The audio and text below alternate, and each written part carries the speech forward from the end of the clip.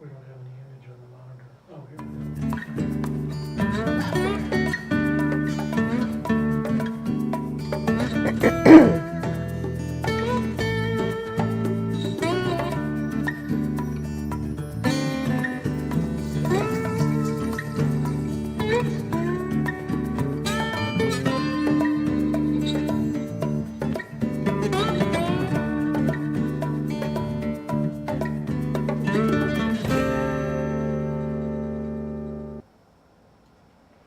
This is Arts Alive. I'm Lynda Philippi.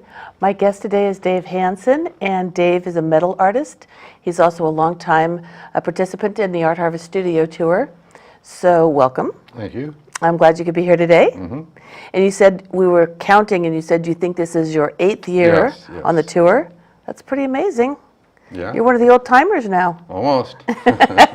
Well, I know that you do really incredible metal work, and I noticed today also that you've brought some larger pieces. So let's kind of dive in and talk a little bit about, maybe your background as an artist, and talk about what you're doing these days. Okay. Well, I've always been an artist, but I just started calling myself one. Okay. A few years ago when I started doing this. And I started out in copper and worked with copper for probably the first 5 years.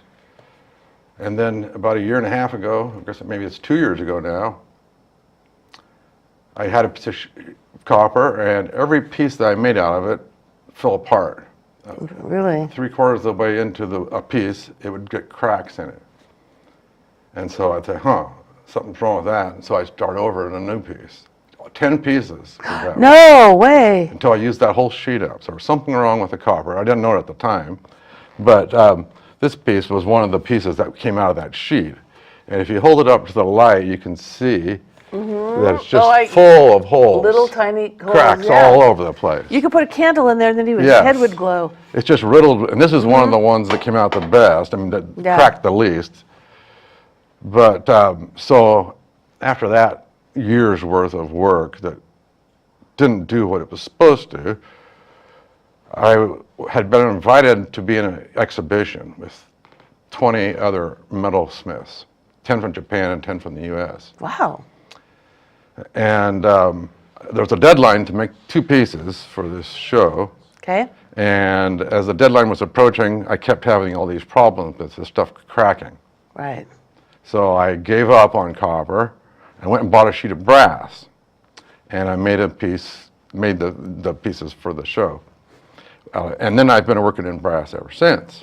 So about the last year and a half. So tell me the difference between working in copper versus working in brass. Copper is real soft, real malleable. Okay. So when you hit it, it dents or bends or gets a mark in it. Brass is an alloy of zinc. Zinc and copper. Mm-hmm. And when you hit it, it doesn't want to bend. You have to hit it a lot harder to get the equivalent bend. So it's more effort, but I think they'll call it a little more forgiving. Mm-hmm.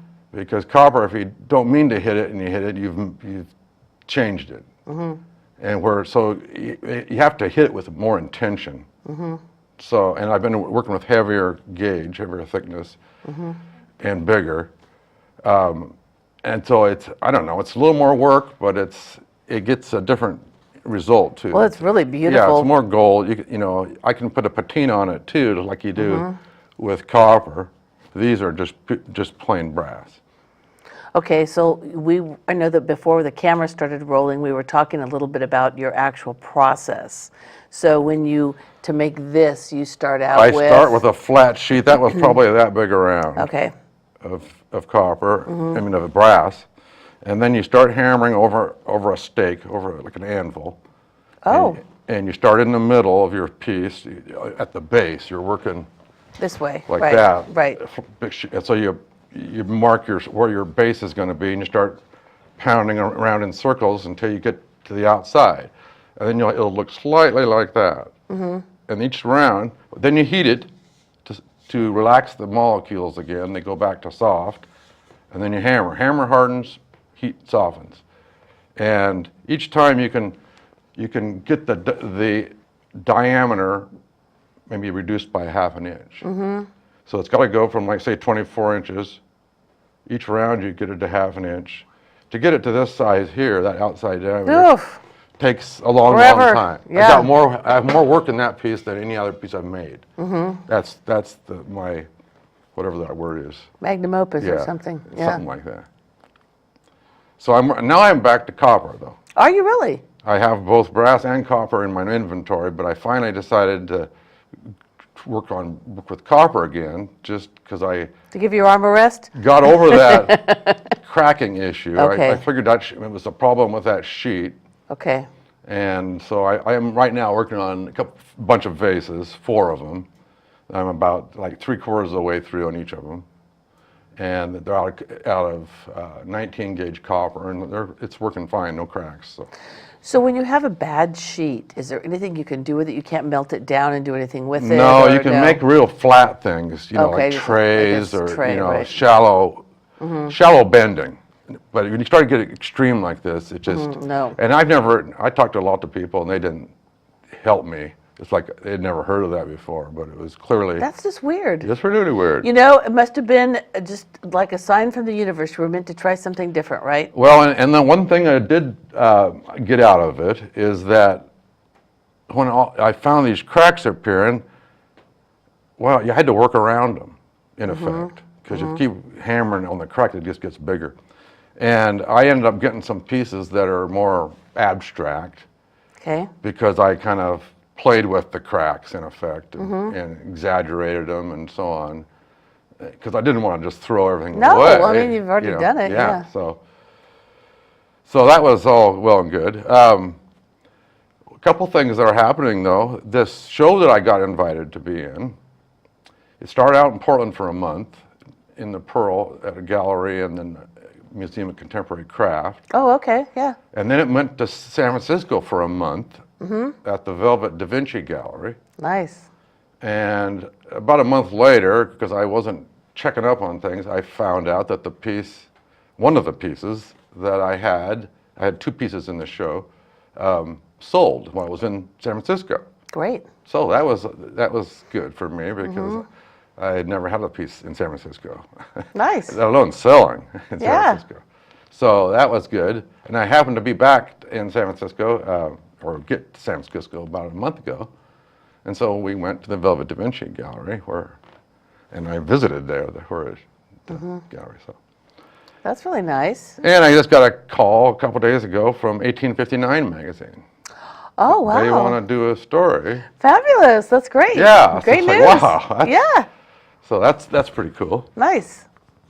So after all these years of Yeah. toiling in obscurity out Yeah. there in the middle of Yeah, nowhere, people are right? starting to- Willamina, Yeah. and now here you are, Yeah. world famous. Well, not world famous, but as far as San Francisco now. And we're going to have to say, well, we knew him when. Yeah. He was just a lowly guy out And there then I didn't know what I was doing. trying to keep the rabbits out of his garden and pounding on copper. Wow, that's really amazing, though. That's good. Good news. So lots of things are going. I have a show at Art Elements in the spring In Newburgh. in Newburgh. Okay, great. That'll be nice. And in the meantime, of course, there's the Art Harvest Harvest and- Studio Tour, Yep. the first 2 weeks of October. And people can go to the artharveststudiotour.org Right. website, and then they can also get a link to all the times, the costs, and all the artists and artist studios and everything. And compared to last year, this year will be way better because for the Sheridan people, because there's more Sheridan artists. That's this year. nice. Yeah. So it's it really makes a big difference full, for the. Sure.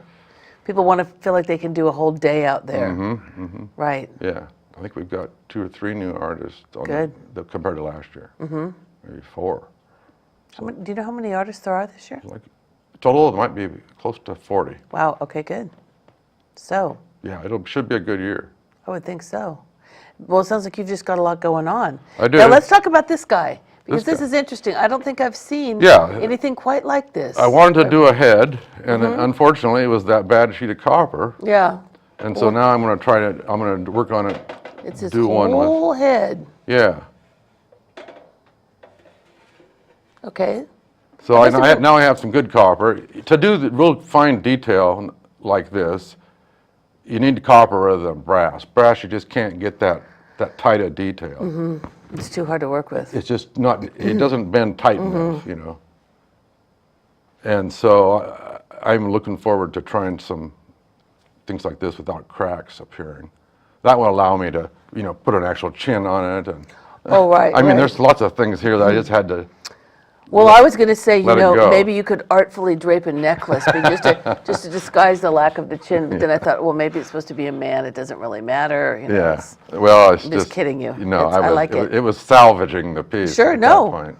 Exactly. Yeah. But it gives an idea of what you do, too. Yeah. So with this one, I'm assuming then you're taking your metal and you're working from the inside. Well, Or- you're How's that work? I work over a steel stake, a bar, Okay. steel bar, and they vary in shape depending on what I'm doing. And it's in a vise, and so so then you're pounding over top of that. Okay. So if like working on the nose, I have to have something that's got a little bit of a point. Nose thing. A nose Yeah. piece, yeah. And then you hammer around that Okay. to get right. that. Okay. So yeah, it's got to have something inside of it the whole time to back it up.